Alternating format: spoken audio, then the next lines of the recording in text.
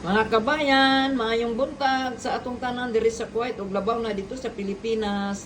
Nagpalit ko og kamunggay kay ako ning ibuwad, ako ning siyang gihugasan nya akong gibuwad diri sa kusina. Tapos giabrihan ako ng bintana para makapasok ang hangin. Kay kung dito na sa gawas na ako ibutang, ay pasigdagan kayo kuan alikabok nya kawato ng akong kamunggay. O nya himuon pag natuyo na ni siya pag mag kuan siya. Ako na dahil sa himuong og taa. Mo ni akong imunon.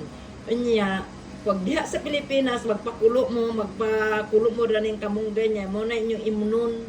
Unya, kung may gusto mo magkape, putangan niyo og kape. Mo ni siya. Oo, kanaya siya ganina, oh. Oh, kamunggay na siya. Unya, ako na po nang initon unyang gabi. Oh, di ba mga kabayan? Maayo ni sa atong lawas. Dili gyud nato pasagdan kay naa ta sa abroad mag-inom ta ning kamunggay nga kuan nga gibuwad himo na tong tea. Ayo maayo pa ka istorya eh. Oh, mga kabayan, kamunggay nga gibuwad. Ayo nagunahon na ra ko ba ko ako ning gibuwad. Oh, di ba? Tsada kaayo. Dami kay sa atong lawas. I love you all 3 times a day. Gawin natin ito mga kabayan, magbuwad, magpatuyo og kamunggay himuon og tea. Ayo God bless us all.